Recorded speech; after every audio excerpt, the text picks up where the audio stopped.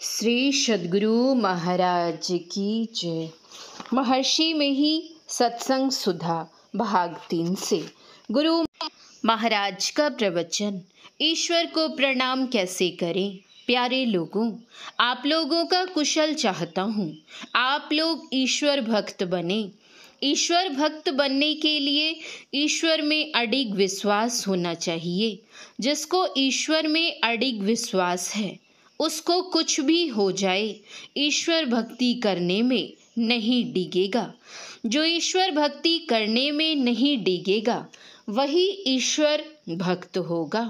ईश्वर भक्ति करने के लिए पहले ईश्वर को प्रणाम करो। ईश्वर को किधर प्रणाम करो? किसी भी और हाथ जोड़कर प्रणाम करो, ईश्वर को प्रणाम होगा। पूर्व, पश्चिम, उत्तर, दक्षिण जितनी भी दिशाएं हैं सब में एक ही तरह ईश्वर विराजमान है। इसको जानना चाहिए। जो कोई ऐसा विश्वास रखता है वह ईश्वर को मानता है।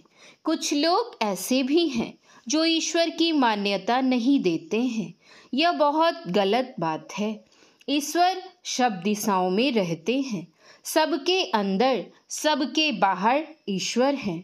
जो कोई ऐसा देखता है, देखने का मतलब अडिग विश्वास रखता है, वह ईश्वर को मानता है। ईश्वर को मानने वाला सब दिन प्रणाम करता है। लोग अपनी अपनी विधि से ईश्वर को प्रणाम करते हैं। जो कोई भक्त संध्या कर ईश्वर को प्रणाम करता है वह तमाम ईश्वर को देखता है। संध्या कहते हैं ईश्वर से अपने को मिलाने को। अपने को जो ईश्वर से मिलाता है वही संध्या करता है। उसके शरीर में जो चेतन है उसको वह धार रूप में परिणत करता है। धार रूप में परिणत करके अपने अंदर की उत्कृष्ट धारों को मिलाता है। जहाँ उत्कृष्ट धार मिली वहीं संध्या हुई। जब ही मिलाया तभी संध्या हो गई। यही संध्या सीखने के लिए ऋषि मुनि लोग गुरु का आदर करने कहते हैं। गुरु का विश्वास कराते थे। इसमें ऐसा होता है कि शरीर की चेतन धारों को मिलावे, मिलाने को जाने।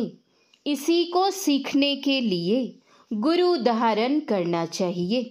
शरीर में जो चेतन है उसको गुरु से जानकर जो मिलाता है वही संध्या करता है, वही प्रणाम करता है। गुरु से संध्या के भेद को जानो और ईश्वर को प्रणाम करो। इस कर्म को जानने वाला संसार में बहुत कम है।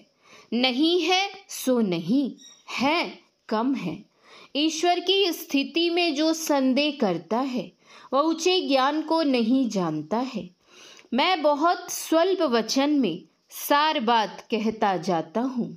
गुरु की युक्ति है कि पहले जानो कि ईश्वर है और अवश्य है। इसलिए कि एक अनादि अनंत तत्व का मानना अवश्य होता है। कोई कहे कि अनादि अनंत तत्व नहीं है तो वह नहीं सोच सकता है। जो अनादि अनंत तत्व को जानता है वह ईश्वर को सर्वव्यापी समझता है। वही अपनी चेतन धाराओं को मिलावेगा।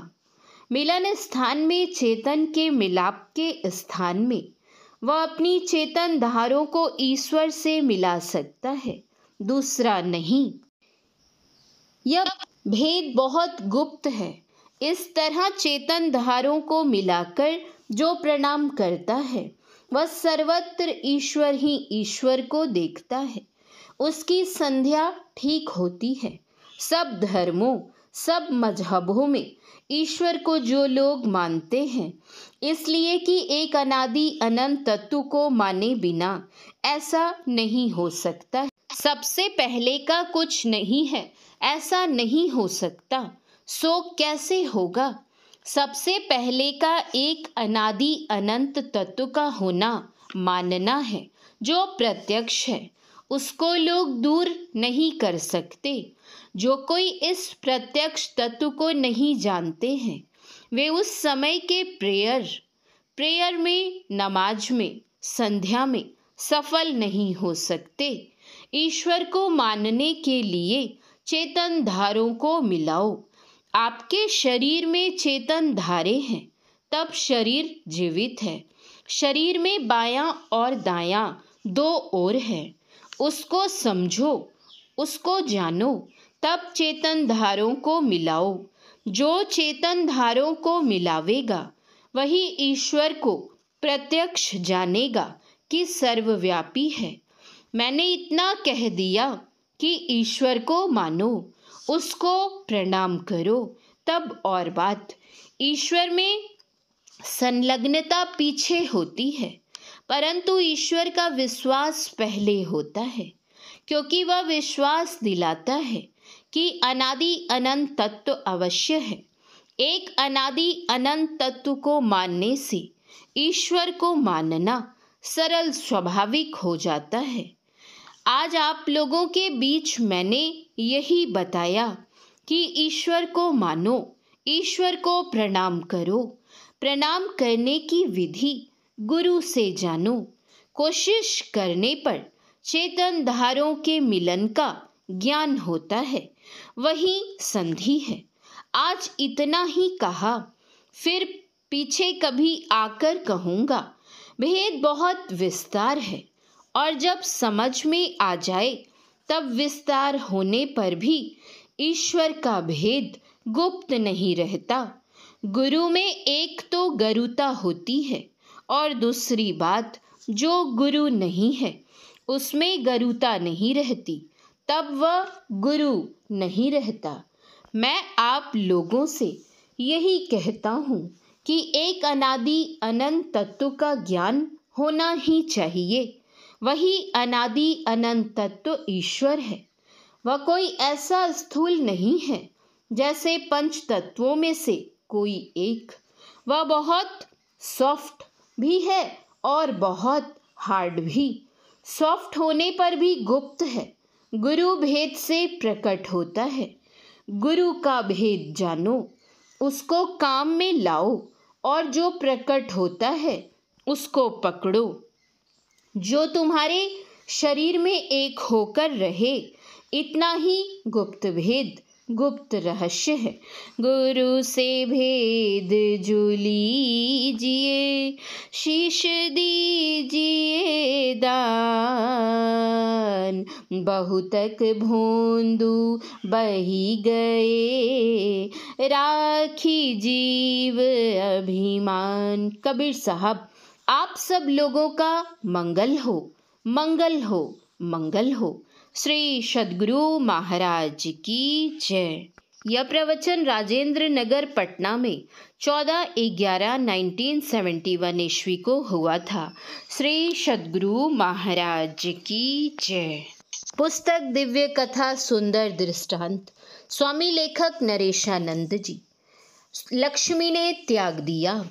एक बार इंद्र दानवराज बलि के पास बैठे थे।